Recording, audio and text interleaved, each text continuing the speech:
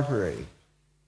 And there are rules that it's not the demand, it's not the mathematics, it's not the equilibrium calculations that I was doing, but it relates to the sort of the social situation. So here's some things. Now, Zoltan had some ideas of payoff bounds, and other persons have had bounds ideas of that sort. So we made some comparisons.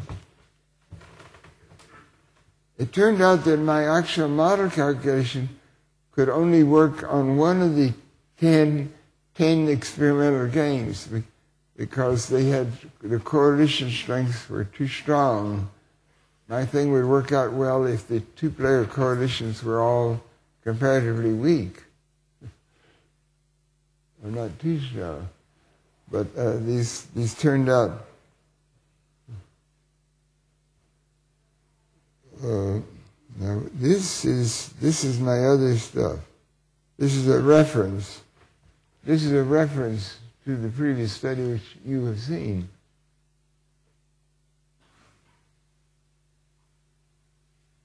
Wait a minute. Oh, I think that is page down. It doesn't work. Well, here's the actual modeling. If I went into this was sort of where it worked out. This flowchart was actually done by Professor Zoltan. And it's the basic idea, but he has formulated it very logically, and the terminology is somewhat changed.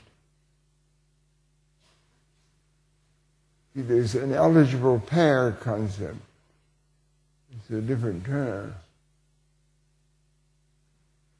An eligible pair is where one player has been accepted as the accepted agent by some other player.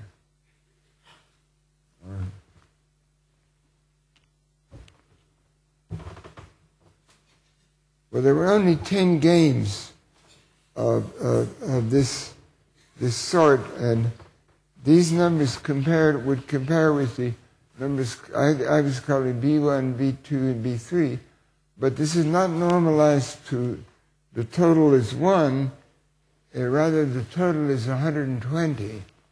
You see that up there. There's some examples where the correlation of 1 and 2 is so strong it could take everything.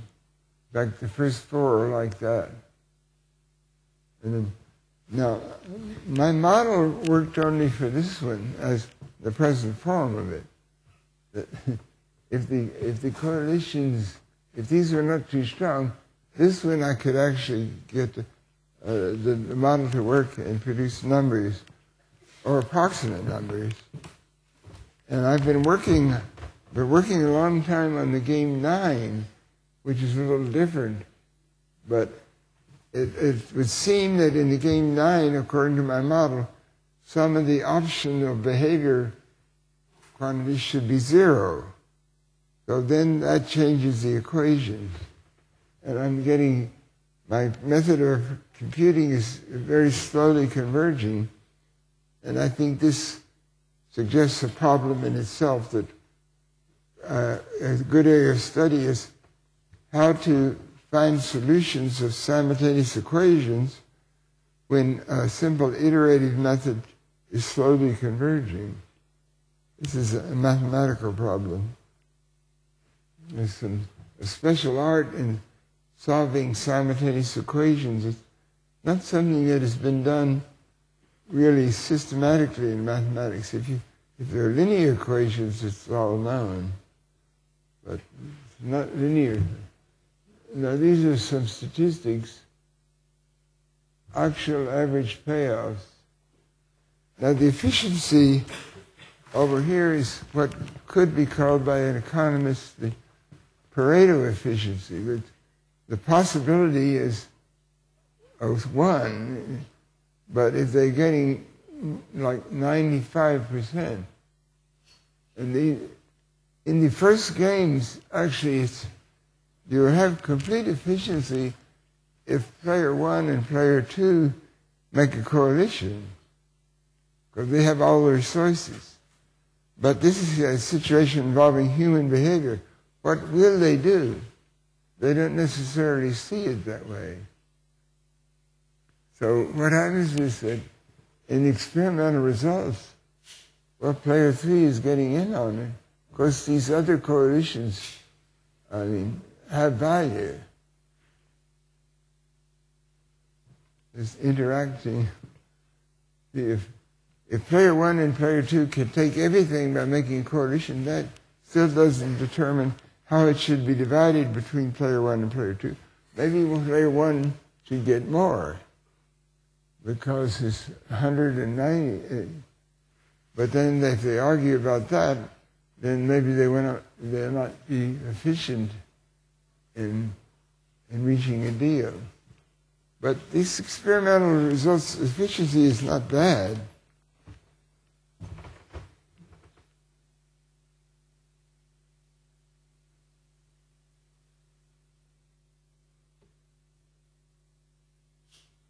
Is this the same thing? Oh, these are quantities that are considered. Yes. There's some different quantities. Shapley value, nucleolus, quotas, almond marshmallow bagging set, delta and equal division. And these first games, there's no core, so some concepts might not be relevant.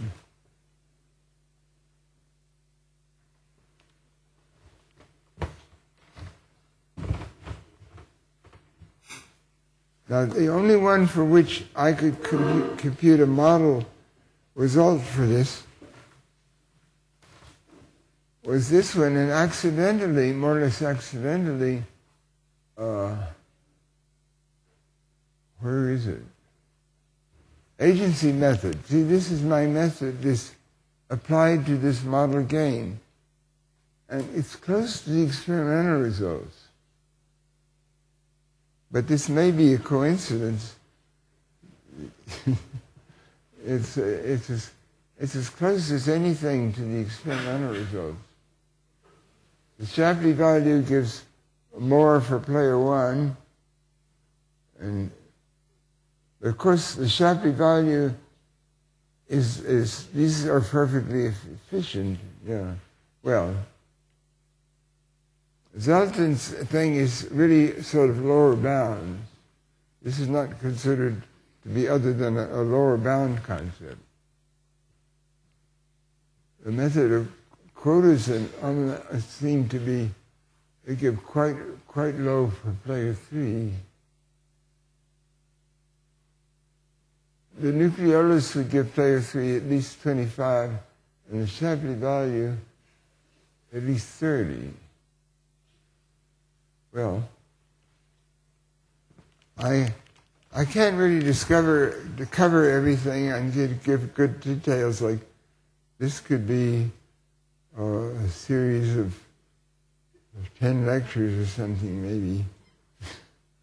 Oh, here. Well, these are some charts relating to the behavior of the players.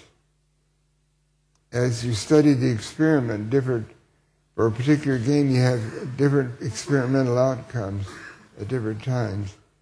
And they've studied this thing. There's a lot of things. So there's some remarks. These are my remarks, really. I shouldn't say too much.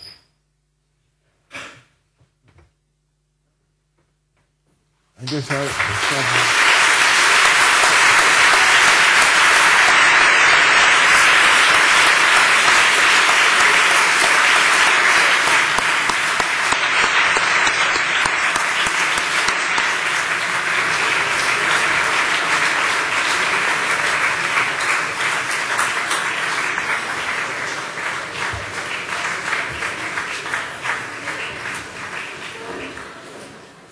Okay, thank you very, very much for the emotions you have given us.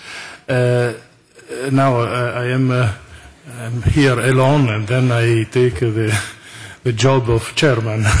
So I ask, quindi chiedo se qualcuno di voi ha qualche domanda, qualcosa. Vedo che il tempo è andato molto avanti, eravamo già iniziati molto in ritardo, e quindi è facile che...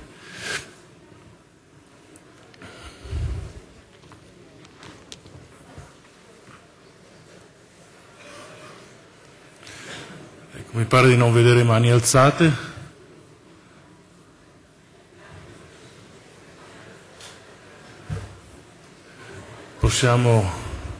Possiamo chiudere qui. Thank you again.